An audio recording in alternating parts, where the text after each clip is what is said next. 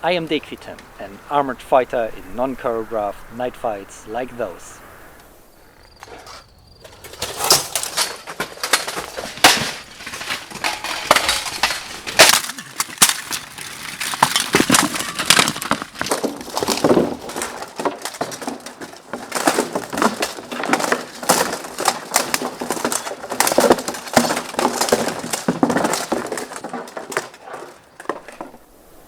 Most sources of fighting in armor, man to man, show fighting with weapons wielded with two hands, like a longsword or pole weapons.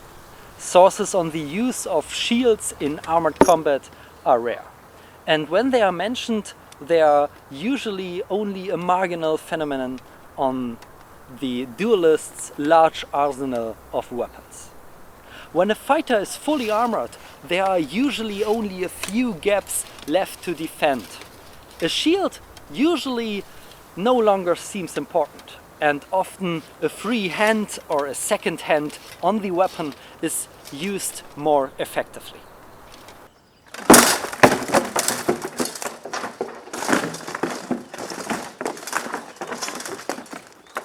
Despite their rarity in these sources, there is evidence of shields in duels between fully armored late medieval knights, and a lot of good arguments for the use of shield in addition to armor.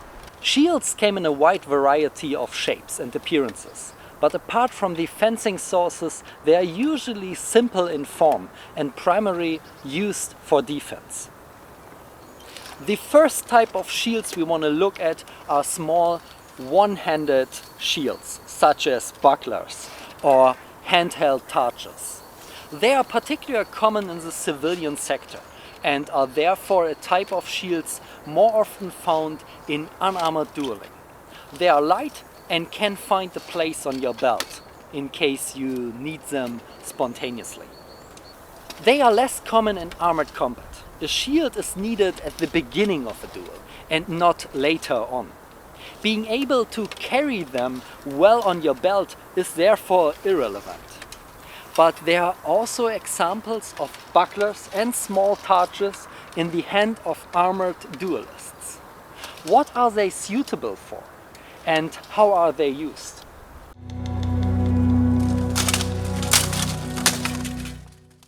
First and foremost, a buckler improves the protection of the free hand, without greatly increasing the weight on the arm. With a buckler or torch in your hands, you can also grab another weapon or place your hand on a spear. Under the shield, the hand is better protected, but the hand will slip more often on the shaft because of the inside grip. Half swording is therefore almost impossible with a sharp blade. In this case, the shield must be dropped. With most weapons, a buckler quickly becomes an obstacle, whether you want to fight with a longsword or a poleaxe. Even with one-handed weapons, a shield as small as a buckler can become a hindrance when it comes to grappling.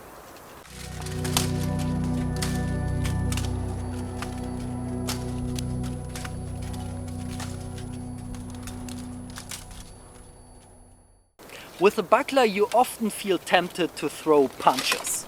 Unfortunately, the effect of punches against fully armored fighters is usually limited, unless you have a crossguard to your hand. Neither the shield boss nor the shield edge of a buckler is particularly effective. Although there are sources that document blows with shield edges, it is not without a reason that these often refer to larger and more massive shields. Yes, you can strike with a small shield, but blows with a small shield are mainly used to disrupt the opponent's activities. Bucklers are not effective slashing weapons. They can't normally knock out an opponent.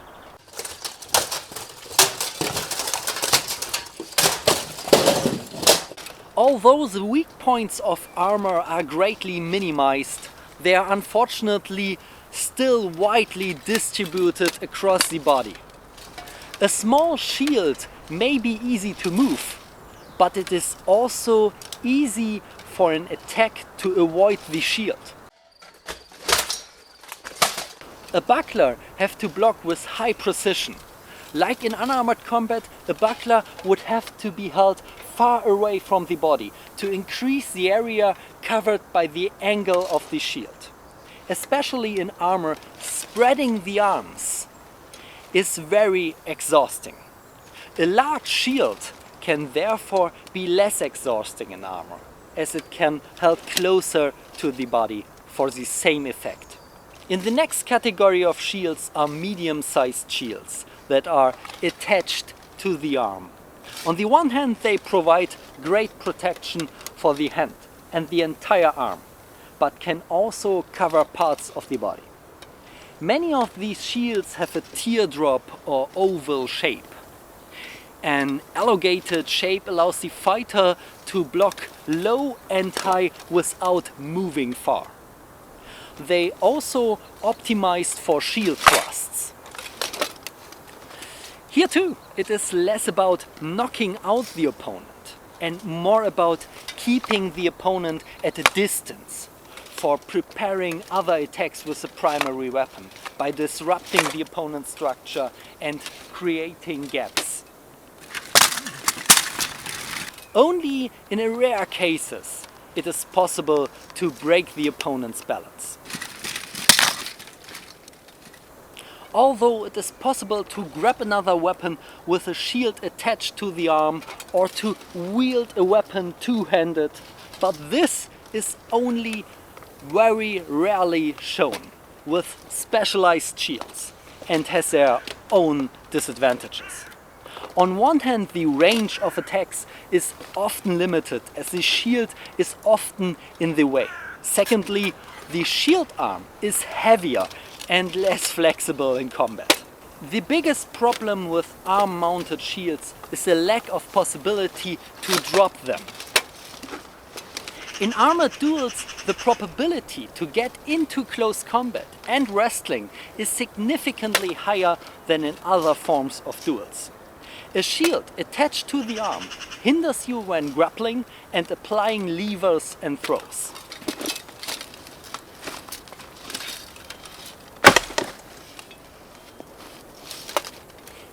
Although shields attached to the arm can be found by knights in point tournaments and rarely on the battlefield, they are extremely rare in duels to the death. The most frequently used shields were triangular shields and paveses.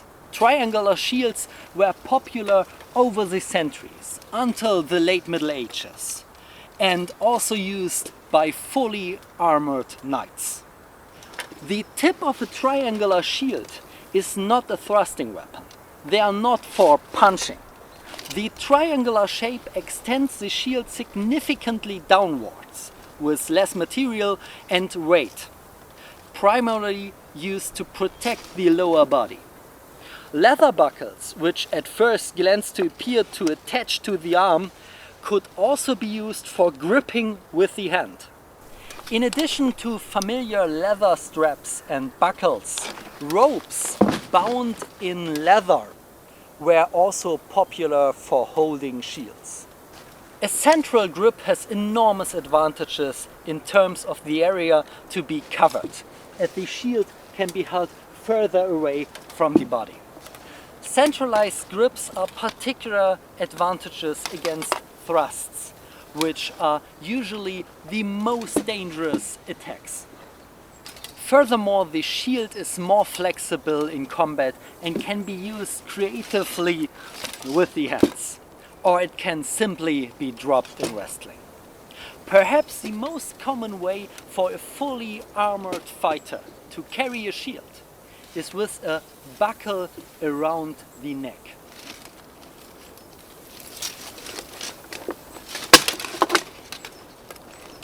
This lacing is known to be used on horseback as additional protection for the left side for your armor against lances.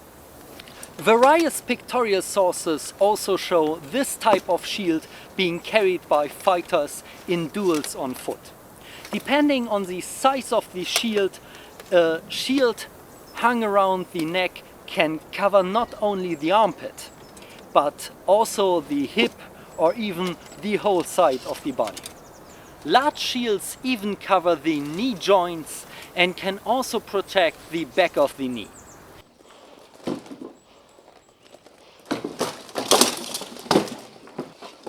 In the late Middle Ages, large shields became a rarity, as the legs were often armored and average shield size was lighter and more sufficient for a knight.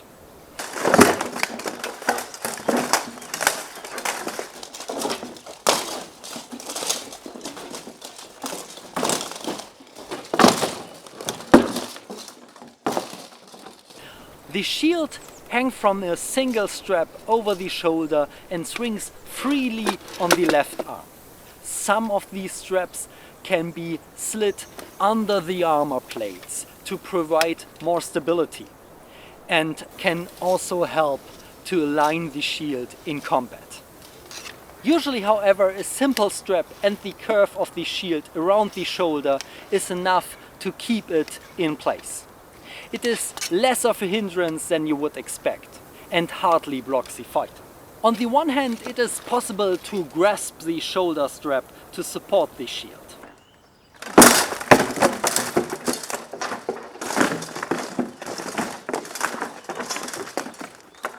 But usually a practice-sized rotation movement of the shoulder is enough to realign the shield and bring it into position in front of the body if it should slip during combat. By twitching the shoulder and upper arm upwards, it is even possible to bring the shield in front of the head without using the hand and thus block even heavy blows from pole arms, maces or murder strikes. In this way, with a shield at the side and in front of the body, it is even possible to wield both hands on the weapon, go into half sword or wrestling. However, if the situation requires it, a blow with the shoulder can also throw the shield onto the back and completely knock it off the way.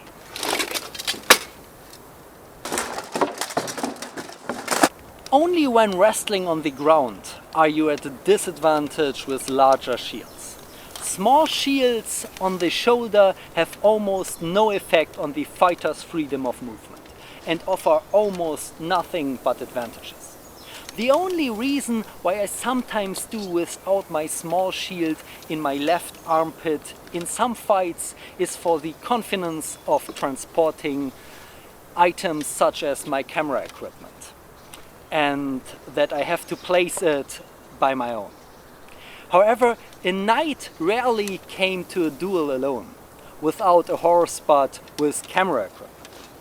And if my life depends on a duel, then I'm more willing to rear extra protection, which may be not necessary, but who knows beforehand. So as a short summary, if a knight had a shield in their hands, they usually used shields with a central grip. Even in fully armor, medium-sized shields are usually preferable to small shields. And if your tactics are based on bringing an opponent to the ground more quickly, then do it without a shield and use your weapons two-handed instead. So the best way for a shield in armor is usually strapped around the shoulders and neck so that you can use both hands for the weapon. Then thanks for watching. I hope you learned something about knightly combat and the use of shields. The rain starts, so I have to stop here. We see us. Bye bye.